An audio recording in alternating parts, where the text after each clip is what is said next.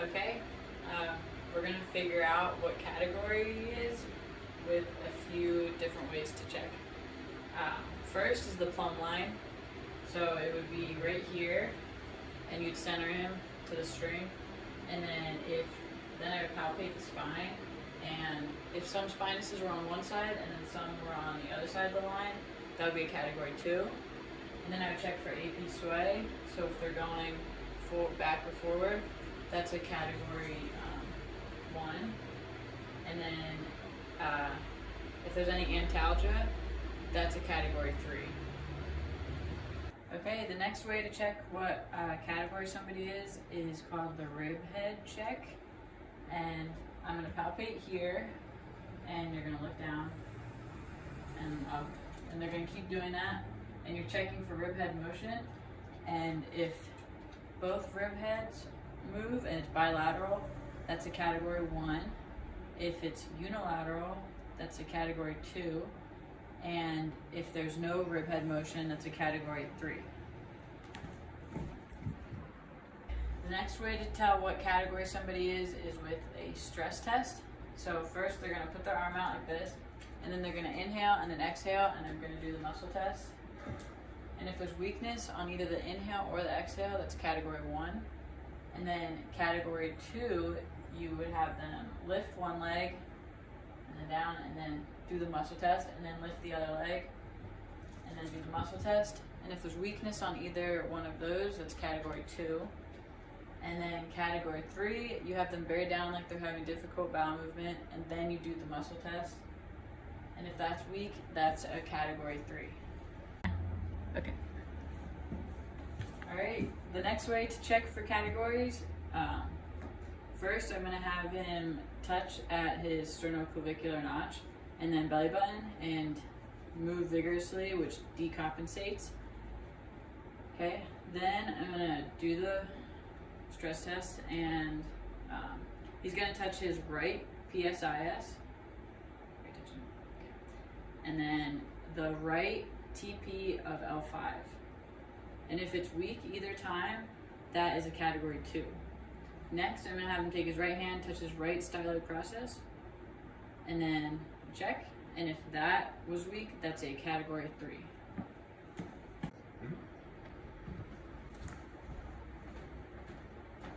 Okay, now I'm going to do, these are the supine tests, and these all check for category 2. So first, I'm going to have a person bring their arm up, and then I'm going to check the upper, middle, and lower inguinal ligament, and then just do the muscle test each time. Then the next one is the heel tension test, and they're going to bring up one leg, I'm going to check, and then the other leg, and then I'm going to check. Okay. And then the other way they could do it is if they dorsiflex one foot, and then the other foot. Okay, and that would also tell us if they're category 2, if there's a weakness. And then the next way, I have them bring both their legs up. Or is this one I have to push? Okay, this is cervical compression. And first I go like, I push their head, and then they bring their legs up. No. Okay. And if it was weak when they brought their legs up and I'm compressing their cervicals, that would indicate category 2.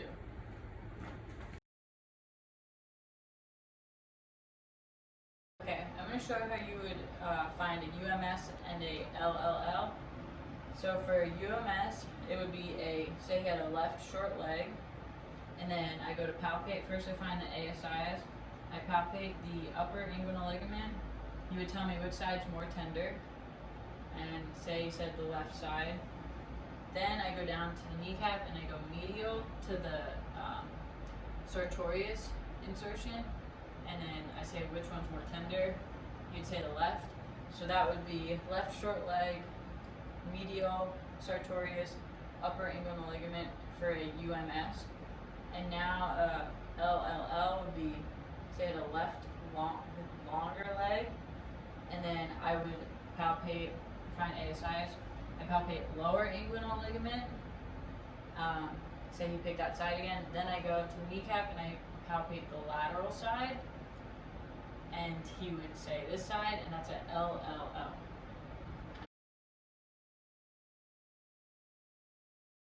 so for this I'm doing PRI at L4.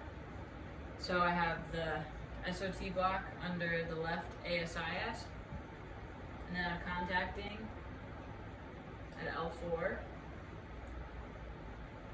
with my right piezoform, and then I bring up his right leg. I do this for 20 seconds, and then I do it 4 times.